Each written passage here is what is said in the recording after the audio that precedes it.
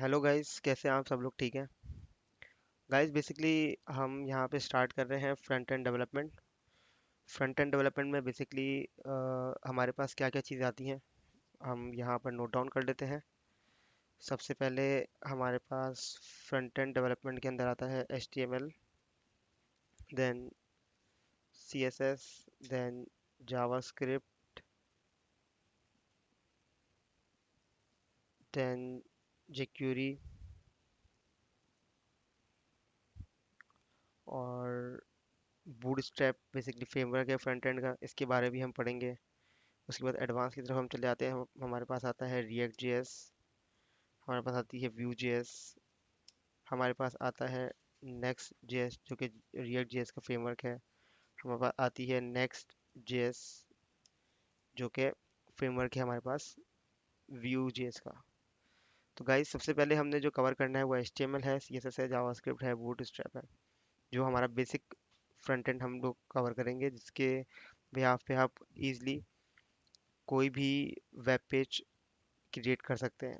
लेकिन HTML से पहले हमने पढ़ना है डॉम, कि डॉम हमारे पास क्या है और डॉम का क्या काम है और किस तरीके से डॉम हमारे पास काम करता है। तो गाइस, सबसे पहले हम स्टार्ट लेते हैं डॉम से। मैं अपना यहाँ पे ब्राउज़र ऑन कर लेता हूँ और यहाँ पे बस आ गया ब्राउज़र। अब लेट सपोज मैं एक वेबसाइट ऑन करता हूँ, airbnb.com हमारे पास एक वेबसाइट है। तो गाइस, आपने देखा सबसे पहले क्या हुआ कि मेरे पास वेबसाइट लोड हुई और लोड होने के बाद मेरे ब्राउज़र पे रेंडर हो रही है। बेसिकली ये जो पूरी की पूरी वेबसाइट लोड हुई है और अब अभी तक जो ये लोड हो रही है, ये ब्राउज़र को हमने ऐसी जगह पे कौन सी जगह स्टोर कर रहे हैं कि मैं हिट कर रहा हूँ तो वहां से ये पूरी की पूरी वेबसाइट लेकर आ रहा है और मुझे यहाँ पर लाकर रेंडर कर रहा है। तो गाइस, ये बेसिकली पूरी की पूरी हमारी वेबसाइट को डॉम के अंदर लोड करता है। और बेसिकली डॉम हमारे पास है क्या और डॉम किस तरीके से काम करता है, हमने उस चीज़ के बारे में अभी पढ़ना है। तो गाइस, डॉम बेसिकली हमारी पूरी की पूरी HTML को, पूरी की पूरी CSS को, जावास्क्रिप्ट को अपने पास लोड करता है और फिर वही लोड करके हमें रेंडर करता है हमारे ब्राउज़र के ऊपर।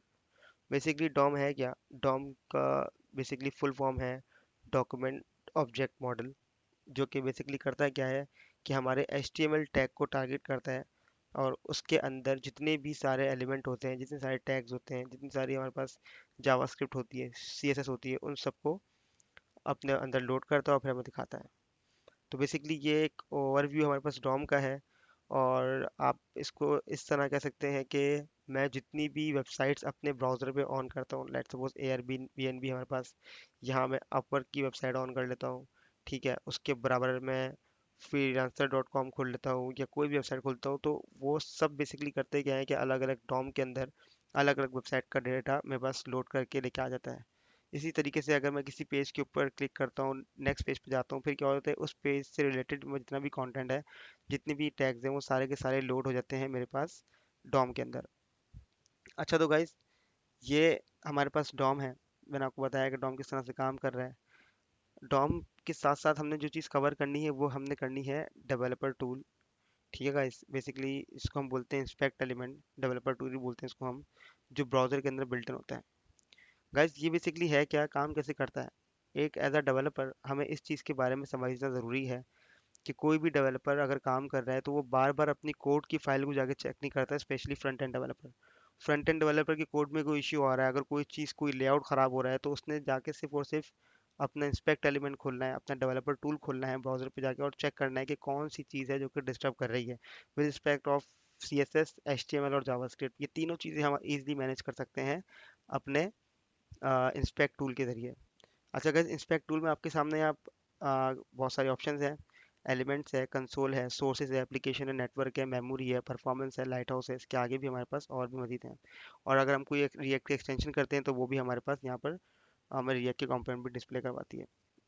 अच्छा गाइस, बेसिकली एलिमेंट क्या है, सबसे पहले हम एलिमेंट के बारे में पढ़ते हैं कि एलिमेंट क्या काम करता है और एलिमेंट में बेसिकली होता है क्या है। गाइस, हमारे पास एक टैग होता है HTML का, जिसके अंदर हमारी पूरी का पूरा वेब पेज का कोड आ रहा होता है, जिसका पेरेंट टैग होता है HTML। और हमारा जो डॉम है वो लोड भी HTML टैग को करता है, और उसके अंदर पे जितने टैग्स होते हैं वो सारे के सारे लोड करके ले आता है। जैसे कि मैंने अपने पास यहाँ पे airbnb.com लिखा और मैंने एंटर किया, तो हुआ क्या कि एंटर होने के बाद इस डोमेन के ऊपर जो भी पेज एसोसिएट हुआ हुआ था उसकी सारी की सारी मेरे पास HTML उठकर रेंडर हो गई एलिमेंट्स के अंदर। और के एलिमेंट्स के अंदर जो HTML लोड हुई है, अब वेब ब्राउज़र डॉट HTML की फाइल्स को बेसिकली रीड करता है। उसके टैग्स हैं, उनके पीछे कोई ना कोई कोडिंग होती है। लेट्स से यहाँ पर टैग है मेरे पास डिफ का, तो डिफ का कोई ना कोई अपना यूजेज है ब्राउज़र के लिए। ये डिफ को अपना एक कुछ ना कुछ इसकी एक सेल्फ एक वैल्यू है जो कि ब्राउज़र पर डिस्प्ले कर रही होती है।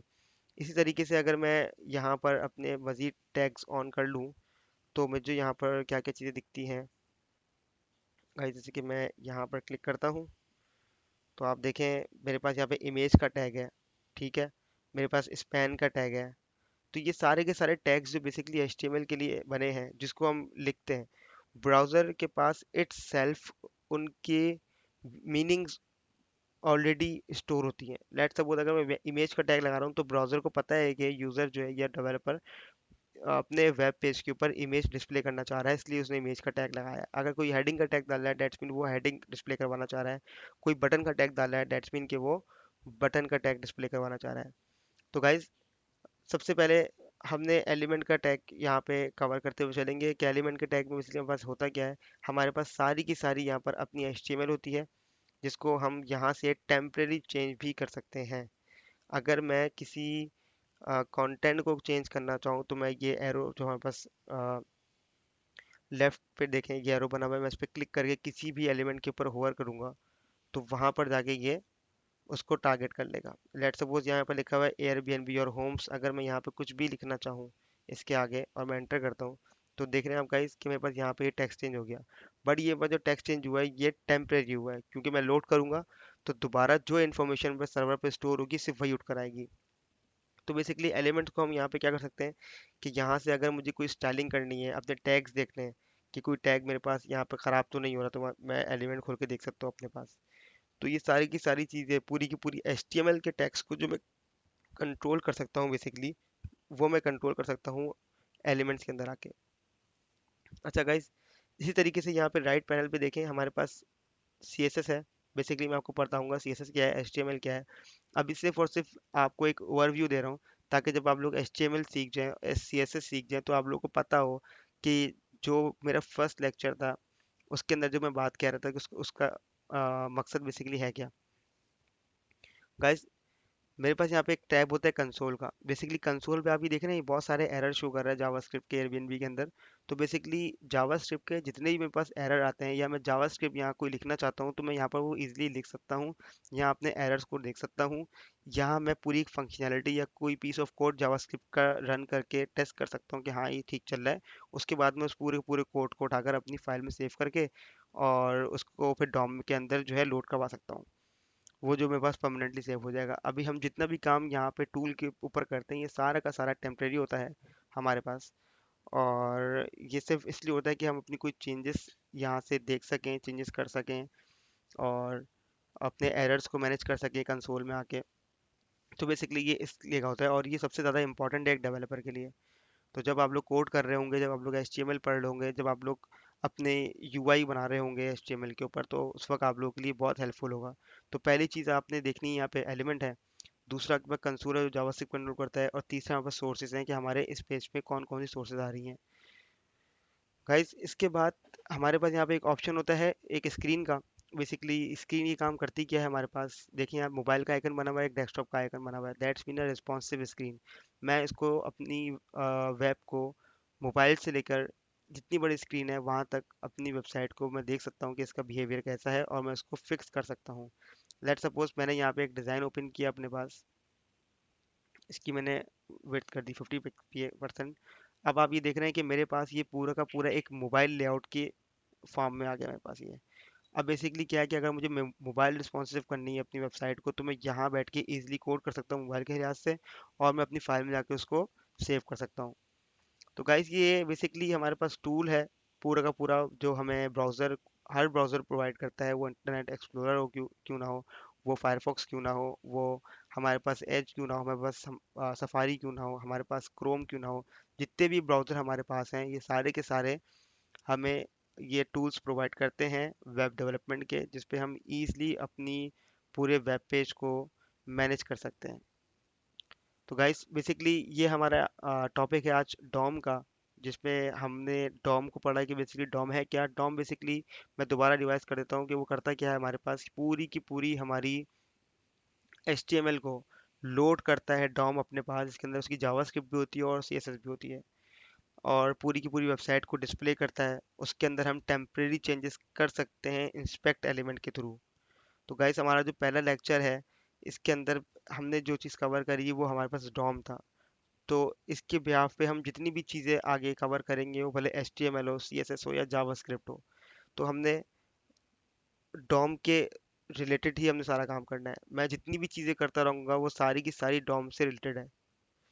तो गाइज होपफुली आपको डॉम समझ में आया होगा। यहाँ पर आपको यहाँ पर डेवलपर टूल बताना आपको बता दिया है कि किस तरह से काम करता है। और अभी हमने सिर्फ दो इसके टैब्स पढ़े हैं, तीन सॉरी, एक एलिमेंट, एक कंसोल और एक सोर्सेस। इसके आगे भी हैं एप्लीकेशन, नेटवर्क, मेमोरी, ये तब के टैब हैं जब हम APIs पे काम कर रहे होंगे, जब हम रिएक्ट जेएस की तरफ हमारा फोकस होगा। ठीक है गाइस, तो अ, आप लोग का ये डॉम का बेसिकली लेक्चर ये कवर हो गया। अब हमारा जो नेक्स्ट बेसिकली हमारा टॉपिक होगा वो हमारा होगा इंट्रोडक्शन टू HTML, और उसमें हम HTML को स्टार्ट लेंगे। ठीक है गाइस, अब हम लोग अब हमारे पास जो इसके बाद जो चीज़ें हैं HTML के बाद, वो हमारी CSS होगी। और मैं कोशिश करूँगा कि जल्द से जल्द हम अपने HTML के लेक्चर को